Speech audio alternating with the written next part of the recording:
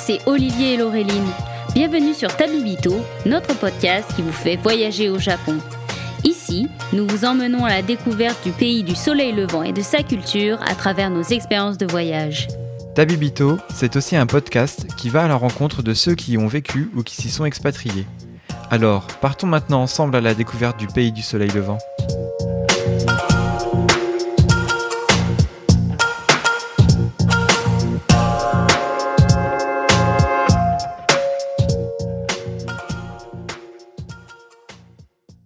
Bonjour Olivier. Salut Laureline. Bonjour à tous et à toutes. Bonjour à toutes et à tous. Et bienvenue dans cet épisode 14 de Tabibito. Alors on ne sait pas pour vous, mais nous on a un peu le moral à plat entre le nouveau variant qui nous empêche encore et toujours de voyager, le temps maussade qui n'a de cesse de continuer aussi. Du coup, on va essayer de s'évader un peu au Japon. Et pour le coup, ce mois-ci, on vous emmène dans un coin particulièrement touristique de Kyoto, mais on va essayer quand même de vous donner de bonnes adresses. Alors, vous le savez peut-être si vous nous écoutez depuis le début, mais moi et Kyoto, c'est une longue série de désappointements. La raison, c'est parce que je pense que je n'ai jamais réussi à y aller dans la bonne saison, au bon moment, et pour moi, la magie n'a jamais opéré. Donc, c'est toi, Olivier, qui va nous emmener en balade ce mois-ci, et je pense que tu as de bonnes adresses pour nous faire profiter de cette ville, loin des spots touristiques. Oui, je vous emmène, et je t'emmène surtout toi, Laureline, à Arashiyama. Et là, c'est gros enjeu sur cet épisode, parce qu'il faut absolument que j'arrive à te faire aimer cette ville, ou au moins ce quartier. Donc, je désespère pas d'y arriver. On va tenter. Le challenge est lancé. Ouais, D'ailleurs, voilà. Challenge à tous les auditeurs. Si vous arrivez à me convertir, ce sera un verre de saké pour moi. Pour vous, de ma part, on va dire. Un verre de saké, je tente le challenge. Alors, pour commencer, peut-être on va situer Arashiyama par rapport à Kyoto. Alors oui, c'est un quartier qui se situe à l'ouest, plutôt nord-ouest, et qui est vraiment installé en bordure de collines. Donc c'est vrai que c'est très vert, très nature, et très dépaysant et très propice aussi à l'installation de temples et de jardins. Et c'est vraiment là-bas que moi j'ai envie de vous emmener, et c'est là-bas que j'ai envie de partager des belles adresses, Laureline. Parce que je sais que tu es avide de repos, de sérénité et de petits coins tranquilles sans trop de touristes, et je te promets qu'il y en a. Donc on va déjà commencer par le truc où tout le monde va, et après je te parlerai des endroits qui sont plus confidentiels et qui méritent vraiment le détour. Cool, mais avant d'entamer notre circuit des spots touristiques d'Arashiyama, on va peut-être vous parler de l'accès. Parce que moi, de mes souvenirs, c'est pas non plus la porte à côté. On peut pas s'y rendre, par exemple, à pied depuis le centre-ville. Il faut prendre les transports en commun. Et toi, d'ailleurs, Olivier, tu conseilles de préférer les trains plutôt que les bus. Alors c'est vrai que c'est quand même très éloigné, parce que la ville de Kyoto, c'est vraiment un quadrillage à la chinoise, qui est entouré de montagnes et qui est très très vaste. Et là, on est vraiment en bordure nord-ouest. Donc il faut vraiment prendre les transports en commun. Toutes les zones un peu résidentielles, touristiques ou avec les hôtels, elles sont assez éloignées. Donc il faut compter à peu près une demi-heure en train depuis la gare centrale. Et moi, c'est ce moyen-là que je vous recommande, parce que j'y suis allé à plusieurs reprises, comme j'aime beaucoup. Et je vous déconseille fortement l'option bus. Alors d'une part parce que en bus en Kyoto, je n'ai que de mauvais souvenirs de chauffeurs ultra désagréables qui vont t'engueuler parce que t'as pas préparé la monnaie, qui vont te sortir un Haidozo à déterrer des morts. Voilà. Donc au niveau de l'accueil, c'est toujours une catastrophe dans les bus. Donc déjà de base, je bannis les bus. Et en plus, les bus sont vraiment pas adaptés au flux touristique de Kyoto. Arashiyama, c'est vraiment un coin qui est très connu, réputé, et à juste raison. Et donc les bus sont bondés. Souvent, les horaires ne sont pas respectés et on est vraiment entassé comme des sardines. Alors que le train qui part de la gare centrale jusqu'à la gare de Saga à Arashiyama est quasi direct. Et surtout, c'est une ligne JR. Donc c'est la ligne San-in, si je dis pas de bêtises. Et donc, si vous avez un JR Pass activé, ça permet aussi de voyager à moindre frais, puisqu'il n'y a pas besoin de repayer un complément pour aller dans ce secteur. Eh bien, parfait. Nous avons donc pris le train et nous voici donc à la gare de Arashiyama. Et nous voici donc aussi à quelques pas du premier spot hyper touristique où tout le monde se rend pour faire de jolies photos Instagram, la forêt de Kimono. Et qu'est-ce que c'est que la forêt de Kimono ? Ce sont des sortes de tubes luminescents dans lesquels vous avez exposé donc des tissus de kimono de toutes les couleurs, de tous les motifs. Donc ça fait une balade assez sympa. Je l'avais fait de jour, du coup ça a un peu moins de charme que de nuit parce que forcément les tubes sont illuminés. Et vous avez aussi beaucoup moins de monde. Moi c'est, je pense, une des choses qui m'a vraiment rebutée à Arashiyama, c'est la masse de touristes en même temps. Voilà, pour remettre les choses dans le contexte, j'y étais allée en mi-avril, donc c'est dans la période Hanami, post-Hanami, donc énormément de gens. Mais c'est un coin forcément Instagram pour faire des photos. Après, je te rassure un petit peu, en période de Koyo à l'automne, c'est blindé de monde aussi. Et c'est vrai que c'est l'un des rares coins où vraiment, j'ai vraiment pas supporté moi non plus la foule. Donc c'est vrai que je peux pas t'en vouloir de pas aimer Kyoto, si tu as ce souvenir-là. Parce que c'est vrai que c'est insupportable, les gens traversent n'importe où. Mais en fait, il y a même tellement de gens que même la taille des trottoirs ne permet pas d'accueillir en fait la foule de visiteurs. Donc forcément, c'est n'importe quoi, même en étant discipliné. Mais à Kyoto, en fait, parce que quand j'ai fait mon voyage de 3 mois, que je suis arrivée à Kyoto, ça faisait déjà un bon mois, 1 mois et demi que j'étais en train de me balader. Et j'étais dans les coins les moins touristiques. Donc, quand on parle de Kyoto en matière de tourisme, il y a beaucoup de tourisme de japonais, mais aussi énormément d'étrangers. Et donc moi, du coup, j'avais visité énormément d'endroits où il y a du tourisme plutôt local.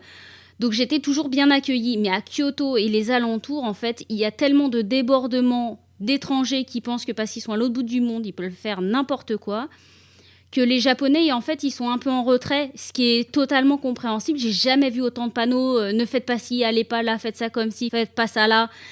Donc ça doit être insupportable pour eux et c'est insupportable pour ceux qui y voyagent aussi, quoi. Donc là, c'est le moment où on a perdu la moitié de nos auditeurs. Voilà, pour ceux qui sont restés jusque-là, on va essayer de passer à des choses plus glam. Il me semble que donc après la forêt de kimono, Olivier, tu voulais nous parler du fameux pont. Oui, alors le pont Togetsukyo, qui est quand même le pont mythique du quartier, qui fait 150 mètres de long. C'est vraiment le pont historique en bois qui sépare un petit peu la ville de la montagne. C'est vrai que la vue est vraiment typique. Alors aujourd'hui, il a été renforcé avec du béton armé, donc s'il n'est plus vraiment en bois, mais il a quand même gardé cette architecture très particulière, avec les grosses piles, et puis un petit parapet qui n'est pas très haut, ce qui permet en cas de crue, d'éviter en fait d'avoir des gros rondins de bois qui se bloquent dans le pont pour que ça s'écroule en fait tout simplement. Voilà, il a quand même gardé son charme. Les gros rondins en cyprès au niveau du parapet sont super jolis. Et il y a une belle vue sur la montagne qui est derrière, surtout à l'automne, parce qu'on a vraiment ces petites touches de couleurs qui vont s'allumer dans la colline, de orange, de rouge.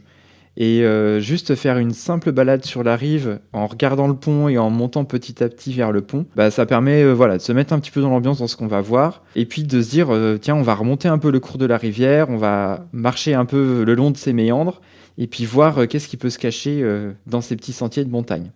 Bah, c'est vrai que c'est un coin assez pittoresque, moi, de mes souvenirs. C'est là que j'avais fait de belles photos quand même. Et comme c'est un espace qui est aéré, on va le voir après pour la bambouseraie, mais c'est un endroit en fait où il y a beaucoup d'espace, on se sent respirer, donc on sent moins le nombre de personnes qu'il y a autour. Et c'est un endroit sympa pour profiter de la vue, effectivement, ouais. Donc ça, tu vois, tu as déjà un petit souvenir un peu positif, on va y arriver. Oui, on va y arriver. Mais là, on va s'attaquer, je suppose, donc au passage difficile qui est la bambouseraie. Voilà.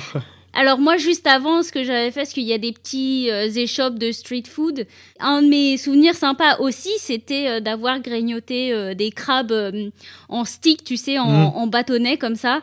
Ils les font un peu griller. Donc ça, c'était sympa. En plus, ils ont une taille de bien 20 cm. Donc c'est assez rigolo à manger. Et il y avait aussi les sortes de chips de patates douces japonaises.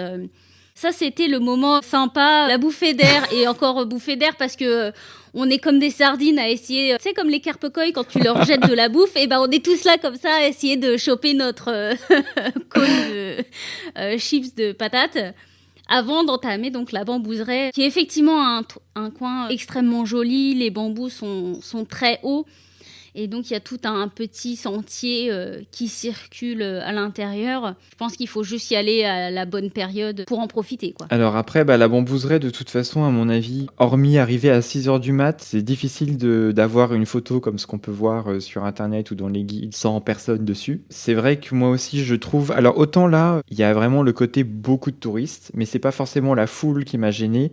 C'est plutôt l'incorrection. Des gens qui vont graver des bambous, des perches à selfie, des gens qui vont louer des yukata complètement cheap qui vont du coup plus ressembler à des costumes taïwanais ou chinois et qui vont se prendre en photo pour avoir une photo instagrammable devant un bambou et qui vont gêner les gens. Il y a aussi les rickshaws, donc les pousse-pousse, qui passent au milieu. Alors il y a des petits passages en fait qui sont un peu des fois excentrés pour leur permettre d'éviter de croiser le monde, mais il y a aussi des passages communs, donc ça embouteille pas mal.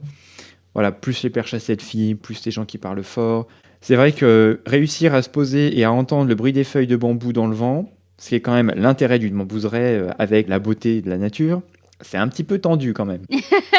Je crois qu'on est quand même sur le premier épisode où on est autant contrasté sur une destination, parce que d'habitude on vous dit « Oh, c'est génial, faut absolument y aller », et là on vous dit « Ouais, monsieur, oui, ça pourrait, oui, mais non ».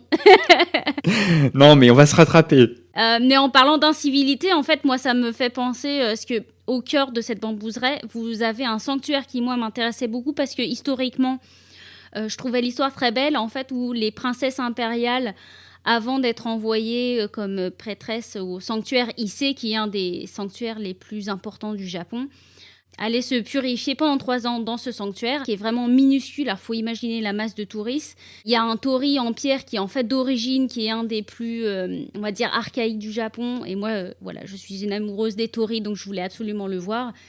Et donc, pour en revenir à cette incivilité, j'avais vu une dame se laver les mains dans la cruche avec l'eau sacrée, où en fait, on pouvait déposer sa feuille de prémonition. Parce qu'il y a certaines feuilles, en fait, qui sont assez sympas. Pour découvrir votre prémonition de chance ou de malchance, il faut la mettre dans l'eau pour que les kanji apparaissent. Et j'ai vu quelqu'un se laver les mains dedans, quoi. Non mais ouais, voilà, c'est tellement inadmissible, mais... Voilà, donc j'ai fait mon petit tour. Il y a un Emma sympa avec une jolie princesse avec les cheveux super longs et ses kimonos, mais je me suis même pas attardée pour essayer d'en trouver un. Donc voilà. Bon, est-ce qu'on a fait le tour des points négatifs de Arashiyama, parce qu'on voudrait pas désespérer nos auditeurs quand même? Alors, non, quand même. Je voudrais quand même partir sur un point positif, parce que c'est vrai que si on lève les yeux et qu'on occulte les gens, il faut quand même avouer que cette allée de bambou, elle est quand même superbe, elle est très grande. Il y a ce petit paillis en fait, de branches séchées de bambou à hauteur d'homme qui fait une petite barricade. Et il y a quand même une dimension avec une ligne de fuite, vraiment se voir ce petit chemin qui serpente sur 500 mètres de bambou. Bon, ça vaut quand même le coup. Après, il vaut mieux en fait y aller préparer et pas se dire que... ne pas se faire de faux espoirs. C'est plutôt comme ça. Ça reste beau, mais il faut savoir qu'il y aura du monde. Il y avait un dernier temple aussi dont tu voulais nous parler, donc le Tenryuji. Oui, alors celui-ci, il est accolé à la bambouseraie. Je pense que les gens n'auront pas trop besoin de nous pour le trouver. Il est assez célèbre parce qu'il fait partie des 5 grands temples de Kyoto. Il a été fondé au XIVe siècle par un shogun et en fait son intérêt c'est un bel étang qui donne devant la grande véranda du temple et au fond il y a comme une petite colline avec des petits arbres, donc des érables, et c'est vraiment beau à l'automne.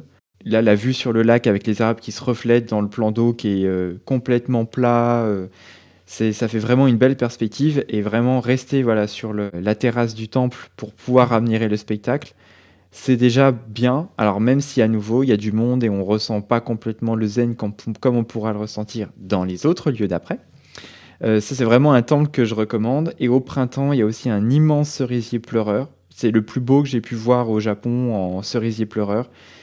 Je sais pas quelle envergure il a, mais je dirais quasi peut-être 20 mètres. C'est peut-être mes souvenirs aussi qui transforment un peu, mais il était vraiment, vraiment superbe. Donc voilà, un des grands temples qui vaut le coup pour la beauté des lieux, mais dans lequel on aura encore un peu de mal à trouver un peu de sérénité. Et c'est là qu'on bascule vers les endroits sympas. Oui, on a enfin fini les points très connus qu'on vous conseille de visiter hors saison, tôt le matin, pour pouvoir éviter le plus gros des touristes. Et maintenant, on va enfin s'attaquer aux coins moins connus et qui forcément nous intéressent un peu plus. Olivier, dis-nous en plus. Alors, Premier point, les lieux qu'on a parlé jusqu'à présent sont assez proches de la gare. Donc premier conseil, mais qui est valable à Arashiyama, parce que finalement c'est très caractéristique, mais on peut retrouver cette logique-là dans d'autres lieux aussi. Quand on s'éloigne un petit peu à pied des endroits très faciles d'accès, on trouve tout de suite des pépites, avec beaucoup moins de monde, parce que le touriste moyen est une feignasse. Merci, donc j'étais feignasse, donc voilà. Mais tu n'es pas une touriste moyenne. En plus, ça rajoute aux méfaits. Donc ça, c'était le premier conseil. Et le deuxième, c'est un peu un constat, c'est que souvent, le touriste moyen international est un peu râteau parfois, et il a un peu du mal à sortir des billets de sa poche quand il ne s'agit pas de les dépenser dans les centres commerciaux. Donc, un lieu très intéressant qui est au bout du sentier de la Bambouseraie, qui est très très peu connu, c'est la villa Okochi Sanso. Donc c'est une villa qui est en fait bâtie sur 2 hectares le long de la rivière au niveau de la forêt. Donc en lisière de bordure de forêt et en lisière du mont Arashiyama. Donc en fait, elle a été bâtie dans les années début 1900 par un acteur japonais, donc il s'appelait Denjiro Okochi, qui a fait fortune dans les films muets en noir et blanc de samouraï. Et avec ses petits sous, il s'est dit, je vais me faire une super villa à Arashiyama. Et en fait, il a vraiment bien conçu, c'est fait de telle manière que comme en fait ça serpente sur le bord de la colline, il y a plein de petits plateaux, plein de petits niveaux, et en fait on a l'impression de marcher dans un jardin infini, puisqu'à aucun moment on voit la fin, on est toujours surpris par des petits pas japonais, des petits bosquets de jardins de mousse. À un moment donné, on a un pavillon avec un panorama qui donne sur la ville.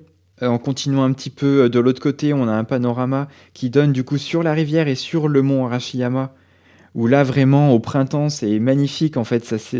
Pour le coup, il y a plein de cerisiers qui sont plantés dans le mont en face, et ça fait comme des petits bosquets rose pâle qui s'allument dans la montagne avec le brouillard qui monte de la rivière au niveau de la contre-plongée. Enfin, franchement, voilà, moi j'adore ce lieu, les petits pins taillés. Et surtout, c'est fait avec une grande intelligence, c'est-à-dire qu'on ne va pas avoir l'impression d'être dans un monde artificiel. On a l'impression finalement que c'est la nature qui s'est presque auto-taillée, plantée, alors que tout est fait par l'homme. Mais voilà, ça, on a l'impression d'être dans un monde naturel, mais précieux, quoi. Et donc ça, c'est ce qu'on appelle en fait le style Shakkei. C'est-à-dire que c'est un jardin emprunté à la nature où on a un peu la main de l'homme qui disparaît. Donc magnifique. Il y a très peu de monde parce que l'entrée est à 1000 yens, ce qui est assez cher pour une entrée au Japon. Mais dedans, on a le prix d'un thé matcha qui est prévu avec l'entrée. Et comme souvent, c'est pas loin de 600 yens quand on est en jardin, on arrive sur un tarif assez classique en définitive. Et du coup, ce matcha, on le prend dans un petit pavillon de thé qui est installé à l'entrée en bas. Donc soit on s'installe sur des tables qui sont recouvertes avec des bancs avec des tissus rouges, avec de grandes ombrelles rouges hyper typiques. Et quand il fait pas beau, comme quand j'y étais allé une seconde fois à l'automne, on peut rentrer à l'intérieur du pavillon. Et en fait, c'est des portes coulissantes fermées avec un petit treillis en bois et des petits carreaux de verre, ce qui permet d'être bien au chaud avec son petit matcha, son petit wagashi et de voir la pluie qui tombe à l'extérieur sur les mousses, sur les jardins et d'entendre le petit bruit de la pluie sur les carreaux. Et là, on est bien, quoi. Bon, on dirait que t'es bien parti pour gagner ce petit verre de saké, Olivier. Et donc, après nous avoir partagé cette charmante villa, est-ce que tu aurais d'autres adresses à nous proposer ? Je crois que tu m'avais parlé de temples à visiter. Alors là, c'est pareil, j'ai pas tout fait. Donc, en fait, ce sera pas exhaustif et il y en a encore plein à découvrir. Mais je me suis arrêté dans certains qui m'ont vraiment, vraiment plu. Alors, il y en a un, c'est le Gyoji. Donc, c'est le temple des mousses. Alors celui-ci, je le mettrai sur la carte dans la description du podcast, parce que pour le coup, sans avoir l'adresse, c'est très difficile à trouver. Je crois pas qu'il y ait de panneau écrit en autre qu'en kanji. Donc il faut un petit peu y aller en sachant. Et en fait, c'est pas un temple comme on imagine, un temple avec un grand bâtiment. C'est vraiment quasiment qu'une petite hutte en paille et en terre en argile. Et par contre, tout est organisé autour d'une clairière d'érable. On a l'impression de rentrer dans une forêt, de passer la petite porte en bois et d'arriver en fait face à une espèce de raie de lumière qui est créée par cette clairière où la forêt devient moins dense, avec simplement des grands érables qui sont plantés et en dessous un tapis de mousse mais vraiment des dizaines et des dizaines de variétés de mousse, toutes différentes, tellement belles, tellement dufteuses. T'avais une sensation de douceur, en fait, t'avais presque l'impression de...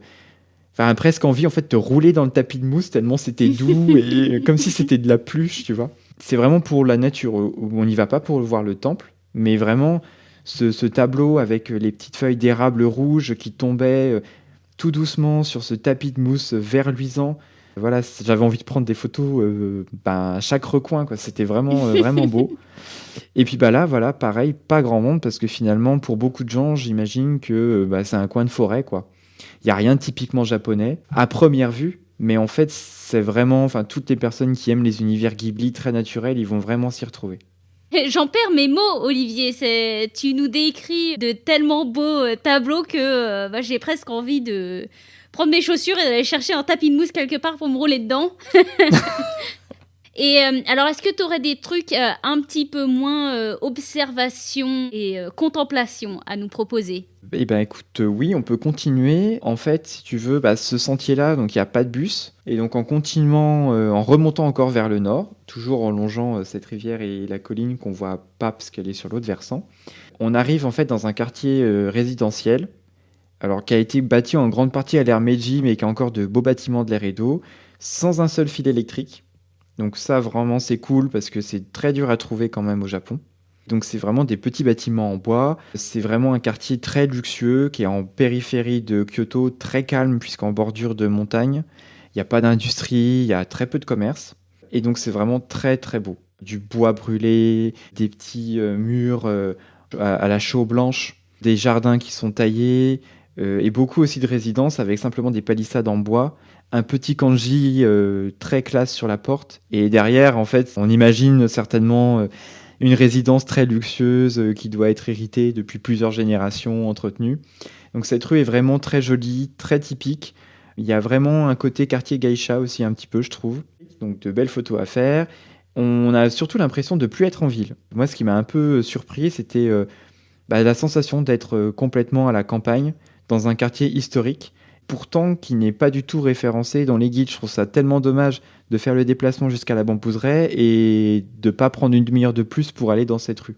Parce que vraiment, on a l'impression de reculer de 150 ans en arrière. Et du coup, elle s'appelle comment cette rue ? Alors cette rue, c'est la Saga Torimoto Street.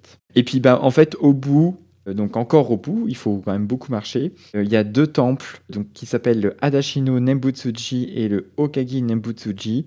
Donc, qui sont réputés pour en fait un amoncellement de statues. Donc, dans le premier, il y a 8000 statuettes qui sont regroupées au niveau du cimetière, qui sont complètement usées par le temps, donc on arrive à peine à reconnaître parfois certaines au niveau de visage des bonzes, on n'arrive même pas à reconnaître. Et puis, le Okagi Nembutsuji, là, c'est 1200 statues de Lakan, donc c'est des disciples de Bouddha.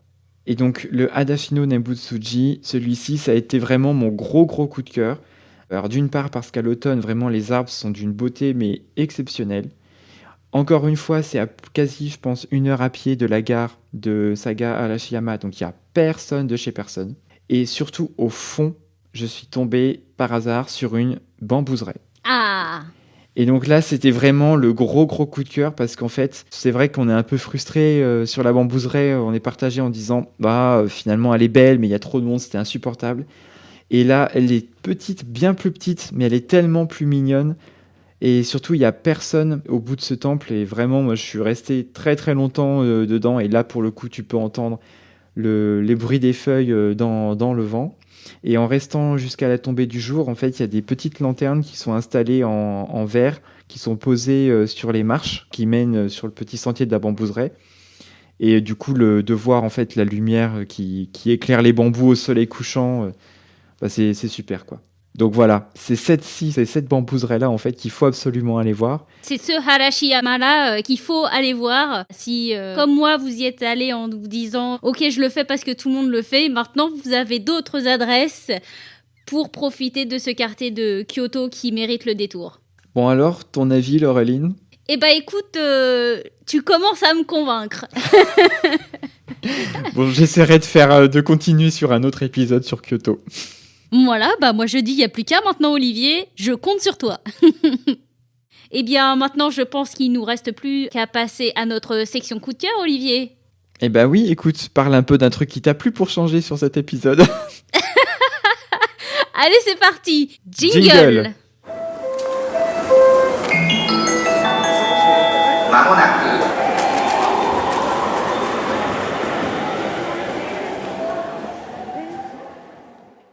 Eh bien, on vous retrouve pour la session coup de cœur et comme j'ai beaucoup parlé, je vais me reposer la voix et je te laisse la parole, Laureline. Donc, quel est ton coup de cœur sur cet épisode ? Alors, mon coup de cœur pour ce mois-ci, c'est la chaîne YouTube de Eloa Japan Vibes, dans lequel elle fait des vlogs en fait de ses voyages en road trip autour du Japon. Et ce matin, j'ai enchaîné ces 5 vidéos sur son dernier road trip de 2 semaines, le Japan Express Road Trip, avec l'accent s'il vous plaît. Elle est allée dans des endroits où je suis allée, que j'ai adoré. Ce sont des vidéos qui m'ont apporté énormément de nostalgie. Elle est allée dans des endroits que je n'ai pas pu faire parce que je n'ai pas mon permis. Et donc, du coup, elle a pu faire des trucs que je rêve de faire. Et ça me donne envie de peut-être enfin passer mon permis depuis le temps que je le dis. Et donc voilà, donc on y voit des paysages absolument magnifiques. Ce que j'aime beaucoup aussi, c'est toute sa positivité. C'est quelqu'un qui est très rayonnant dans ses vidéos. Elle montre aussi donc tous ses fails, comme elle dit, où en fait ça prouve que dans les voyages tout ne se passe pas comme prévu. Et l'important en fait c'est de pouvoir rebondir, de le prendre avec positivité et d'enchaîner, d'aller voir autre chose et de le prendre de la bonne façon parce qu'on n'y peut rien et que ça fait partie de l'expérience. Donc voilà, je vous recommande absolument la chaîne d'Eloa si vous n'êtes pas encore abonné. Elle est aussi sur Instagram sous le pseudo Eloa no Sekai, il me semble. Et toi Olivier, donc, est-ce que ta voix est reposée pour nous parler de ton coup de cœur à toi ? Oui, et je peux que t'encourager sur ton coup de cœur. Moi, c'est une chaîne YouTube que je suis beaucoup et sur la série de vidéos que t'évoquais, il y en a une qui m'a beaucoup marqué. C'était le réveil dans le van sur le mont Fuji. Et là, franchement, celle-ci, je crois que je l'ai même regardée plusieurs fois tellement je trouve que ces images sont magnifiques, quoi.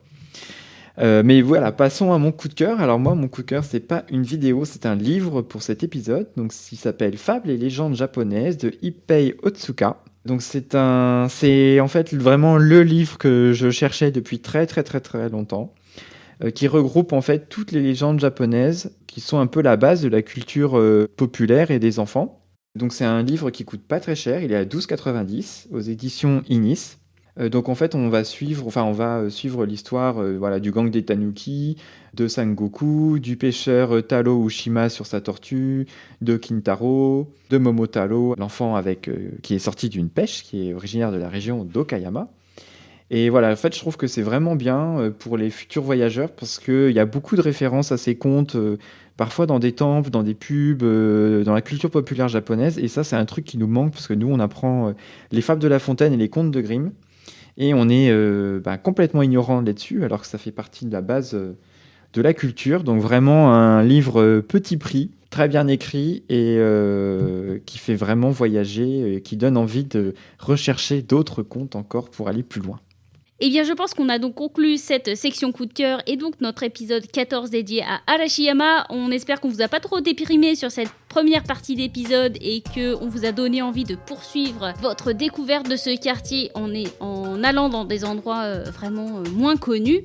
Et en attendant de vous retrouver le mois prochain, n'hésitez pas à nous suivre sur Instagram @podcast.tabibito, à nous envoyer un mail si vous n'avez pas Instagram à podcast.tabibito@gmail.com. Et vous pouvez aussi nous noter et nous laisser des avis sur Apple Podcast et Spotify.